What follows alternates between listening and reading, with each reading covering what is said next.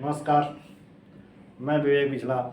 आप सबका स्वागत है ब्रिलियन क्लासेज में।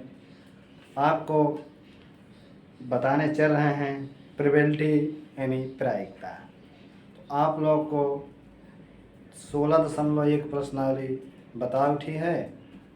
अब उसके बाद आपका 16.2 प्रश्नावली आपको बताने चल रहे हैं क्या है। तो देखिए बच्चों, क्या है प्रश्नावली 16.2। एक्सरसाइज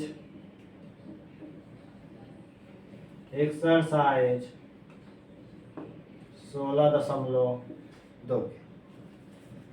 इसमें है, एक है घटना। इसे क्या कहते हैं इंग्लिश में? इवेंट कहते हैं। इसमें लिखा गया है, हमने यादृच्छिक परीक्षण और उसके परिदृश्य समष्टि के बारे में हमें पढ़ा है कि किसी परीक्षण का प्रतिदर्श समष्टि उस परीक्षण के संबंधित प्रश्नों के लिए सार्वत्रिक समुच्चय यानी यूनिवर्सल सेट होता है। इंग्लिश में कहते हैं यूनिवर्सल सेट। तो एक सिक्के को जब 2 बार उछालने पर परीक्षण विचार कीजिए कि संबंधित समष्टि समुच्चय है कि नहीं है। जब सिक्के को 2 बार उछाला जाता है, क्या किया जाता है? सिक्के को 2 बार उछाला जाता है। अब जब सिक्कों को हम 2 बार उछाल रहे हैं, सिक्कों को 2 बार उछाला जाता है। क्या किया जाता है? उछाला जाता है। जब सिक्कों को 2 बार उछाला जाता है, या तो हेड आएगा या तो टेल आएगा, या तो टेल आएगा या तो हेड आएगा, या तो हेड आएगा या तो टेल आएगा। कितनी संभावना बन सकती है? हेड टेल, या टेल हेड, या हेड या टेल। जब 2 बार उछाला जाए, एक बार की नहीं बात कह रही, मतलब जब 2 बार उछाला जाए, जब सिक्कों को 2 बार उछाला जाए तो या हेड टेल आ सकता है, टेल हेड आ सकता है, हेड आ सकता है, या जो है आपका टेल आ सकता है। समझ में आया प्रश्न? ये आपका पहला उदाहरण रहा, एग्जाम्पल। अब आपका देखिए अगला क्या है।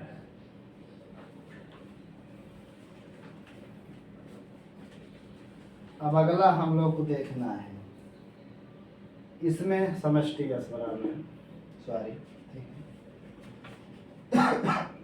अगला इसमें दिया गया है, एक है सरल घटना, जिसे सिंपल इवेंट कहते हैं इंग्लिश में। क्या है कि यदि हम किसी घटना ई में केवल एक ही परिदर्श बिंदु हो तो घटना ई को सरल या प्रारंभिक घटना कहते हैं। तो ऐसा परीक्षण जिसके परिदर्श समष्टि या n पृथक आयुओं n सरल घटनाओं विद्यमान होती है। उदाहरण के लिए आपका यही है, जो आपका उदाहरण बताया गया यही है। ठीक है, आपके लिए जैसे एक सिक्कों को 2 बार उछाला जाए। अब आपका क्या है? मिश्र घटना। मिश्र घटना क्या है? Compound events. क्या है कि यदि किसी घटना में एक ही अधिक परिदर्श बिंदु होते हैं तो उसे मिश्र घटना कहते हैं। उदाहरण के लिए सिक्कों को जब 3 बार उछाला जाए तब क्या होगा? जब सिक्कों को 3 बार उछाला जाए, ठीक है, जब सिक्कों को 3 बार उछाला जाए। अब इसको मिटा दे रहे हैं। अब कह रहे हैं कि जब सिक्कों को 3 बार उछाला जाए, ठीक है, जब सिक्कों को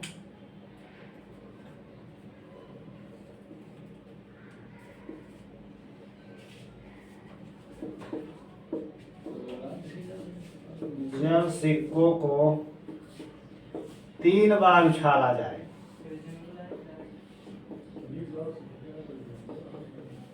क्या किया जाए? 3 बार उछाला जाए।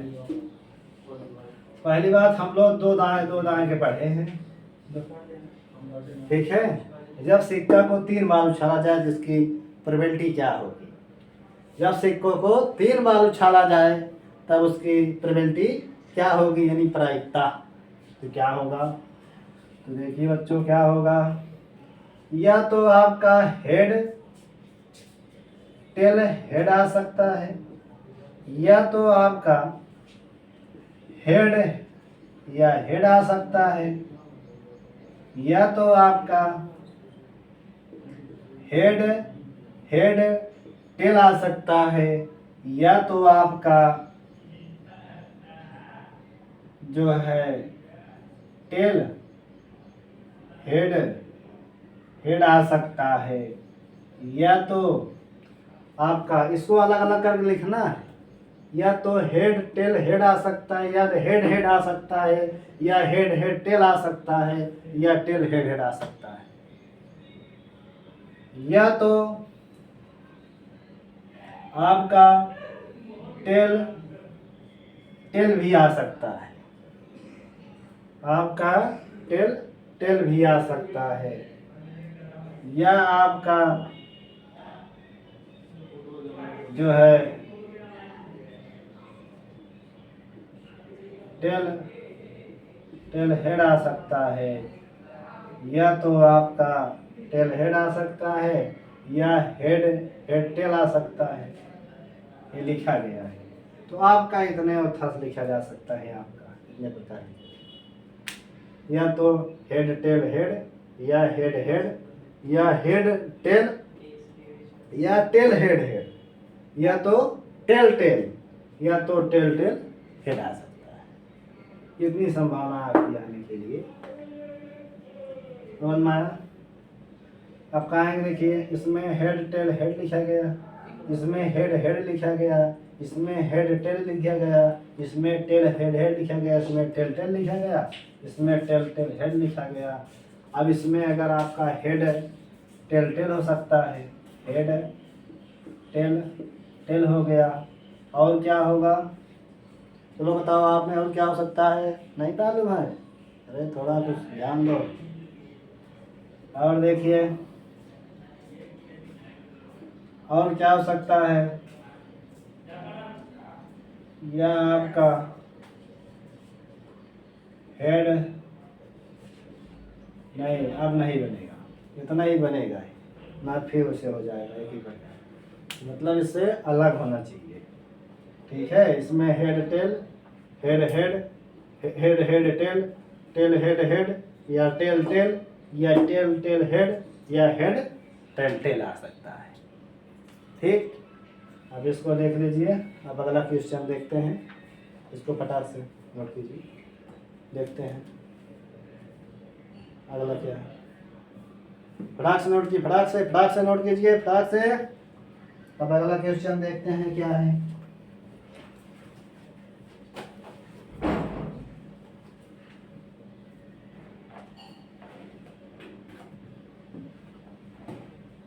अगला है आपका, पूरक घटना क्या होता है? पूरक घटना क्या होता है? अब पूरक घटना क्या होता है? पूरक घटना आपको दिया गया है, प्रत्येक घटना में ए के सापेक्ष एक अन्य घटना ए डैश है, जिसे घटना ए का पूरक घटना कहते हैं। अब ए डैश को घटना ए नहीं भी हो सकता है, नहीं भी कहा जा सकता है। उदाहरण के लिए, सिक्कों को जब 3 बार उछाला जाए तो इसका परिदृश्य समझते क्या होगा, यह आपको बताया गया क्या होगा जब सिक्का को 3 बार उछाला जाए। जब 2 बार उछाला जाए, हेड टेल टेल टेल, या हेड हेड या हेड टेल ना होता है। जब सिक्का को 3 बार उछाला गया तो head head tail head, head head head, या हेड टेल, या टेल हेड हेड, या टेल टेल, या टेल हेड, या हेड टेल टेल। समझ में आया? हाँ। अब देखिए आपका, ये तो आपका ये रहा। अगला है घटना ए या बी डैश। स्मरण कीजिए कि दो समुच्चय ए व बी सम्मिलन मतलब ए यूनियन बी द्वारा निरूपित किया जाता है, जिसमें वह सब आयु सम्मिलित होते हैं कि जो या एक या बी में दोनों में हो। जैसे जब समुच्चय ए और बी किसी परिदर समष्टि संबंधित घटनाएं ए यूनियन बी घटना ए व बी दोनों निरूपित घटना ए यूनियन बी या ए बी कहा जाता है, या इसलिए कि ए या बी यानी ए यूनियन बी यही है आपका। अब देखिए आपका दिया गया उदाहरण में कि एक पासा फेंकने के परीक्षण विचार कीजिए कि घटना आभाज्य संख्या प्राप्त होना ए को घटना विषम संख्या प्राप्त हो तो बी का निरूपित किया गया तो निम्नलिखित घटनाओं पर ए या बी या ए और बी या ए और बी किंतु या ए नहीं निरूपित करने वाले समुच्चय। तो आपका दिया गया है ए और बी बराबर दिया गया, तो इसका ए यूनियन बी इसका क्या होगा। ठीक है, अब आपका ए इंटरसेक्शन भी और आपका ए यूनियन भी। ठीक है,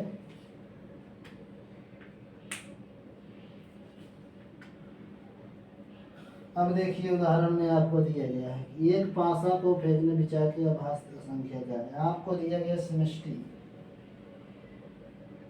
अब इसको मिटा दे रहे हैं। आपको दिया गया है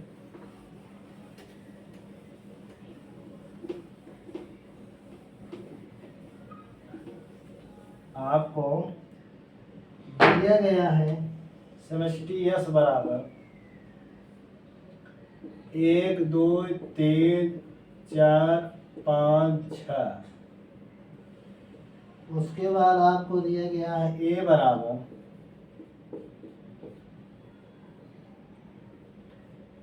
2 3 5। उसके बाद बी बराबर आपको दिया गया है 1 3 5 1 3 5। अब इसे क्या क्या निकालना है इसमें देखिए, इसमें आपका पहले यूनियन ज्ञात करना है, इंटरसेक्शन ज्ञात करना है। ठीक है, इसमें नंबर 1 ए यूनियन बी, उसके बाद आपको लिखना है ए इंटरसेक्शन बी। इसे यूनियन बोलते हैं, इसे इंटरसेक्शन बोलते हैं। ठीक है, एक यूनियन होता है एक इंटरसेक्शन होता है। अब आपका 1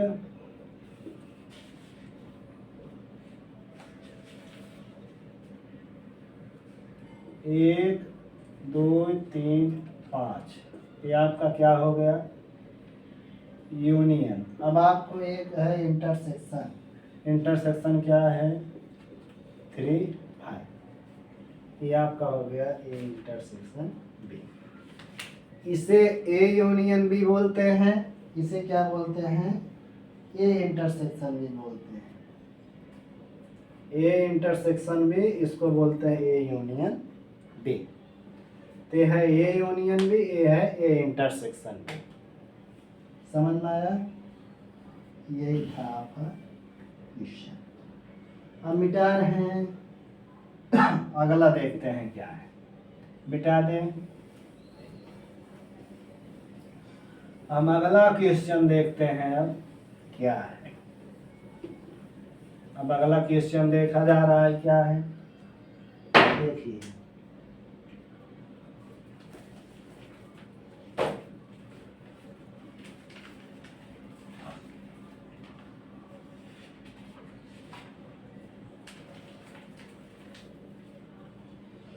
अब देखिए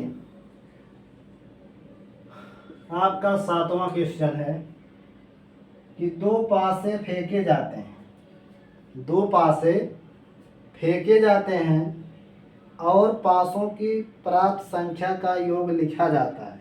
आइए हम इस संबंधित निम्नलिखित घटनाओं को विचार करेंगे। तो नंबर ए है ए, ठीक है। ए है आपका प्राप्त योग सम संख्या, प्राप्त योग सम संख्या। बी है प्राप्त योग गुणज संख्या, प्राप्त योग का गुणज संख्या। नंबर सी है आपका प्राप्त योग 4 से कम है, प्राप्त योग 4 से कम है। डी है आपका एक क्वेश्चन है प्राप्त योग 11 से क्या है अधिक है, ठीक है। अब इसमें आपका जो है घटनाओं का परस्पर अपवर्जी हो, अपवर्जी है आपका, जैसे मान लीजिए आपका अपवर्जी है, ठीक है। इसमें पहला दिया गया है प्राप्त योग सम संख्या, इसमें टोटल आपका जो है कुल 36 आयवें होते हैं, ठीक है। इसमें पहले में आपको दिया है कि ये प्राप्त योग संख्या सम, प्राप्त योग 3 का गुणज, अप्राप्त योग 4 से कम, प्राप्त योग 11 से अधिक, ठीक है। पहले हम निकालेंगे कि जो है प्राप्त योग सम संख्या। अब पहले निकालने चल रहे हैं प्राप्त योग सम संख्या क्या है, ठीक है। प्राप्त योग सम संख्या क्या है,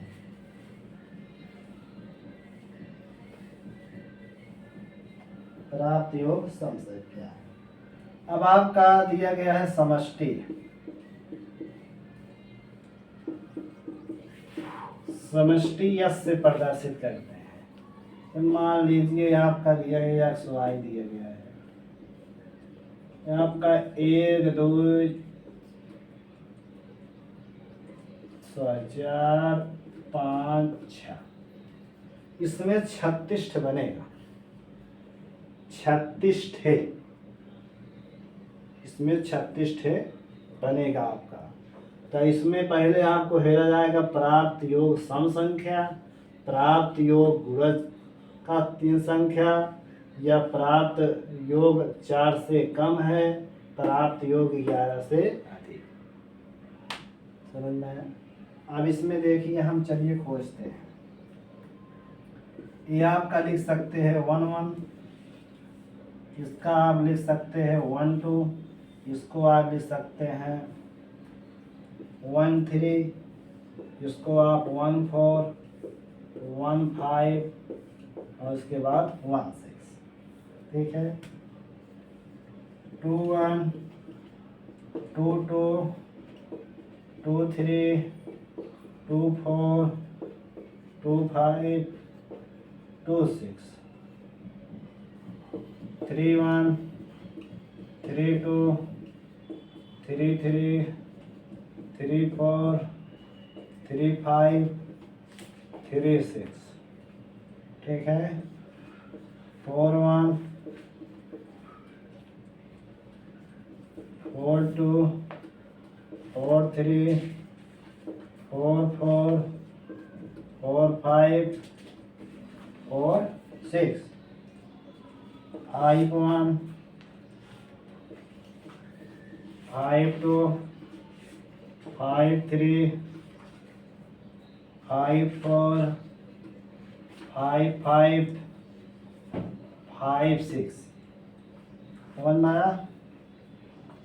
6 1 6 2 6 3 6 4 6 5 6 6, कुल 36 है।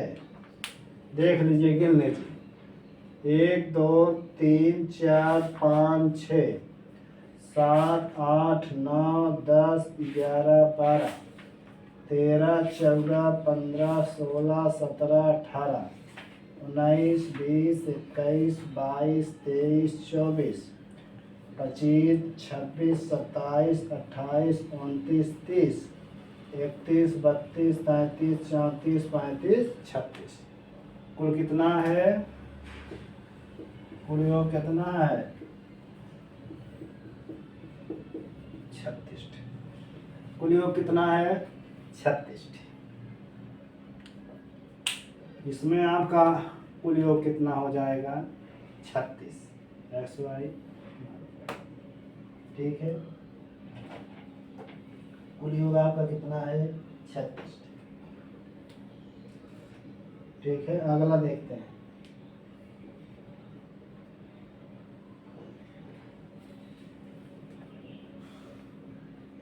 अभी आपका जो है हो गया। अब इसमें प्राप्त योग 11 से अधिक हो,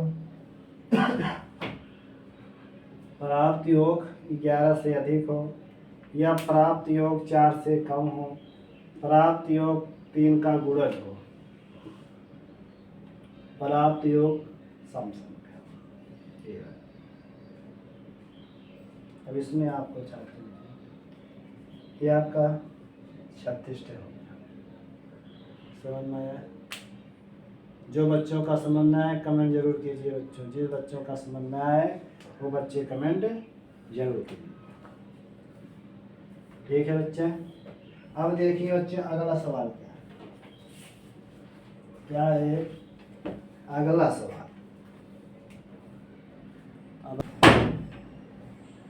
चलिए बहुत लंबा हो गया है। अब अगला सवाल अगले वीडियो में बताया जाएगा क्या होगा। अब बच्चे सब्सक्राइब करने से ना भूलिए, कमेंट जरूर कीजिए, शेयर जरूर कीजिए। ठीक बच्चे, नमस्कार, गुड इवनिंग।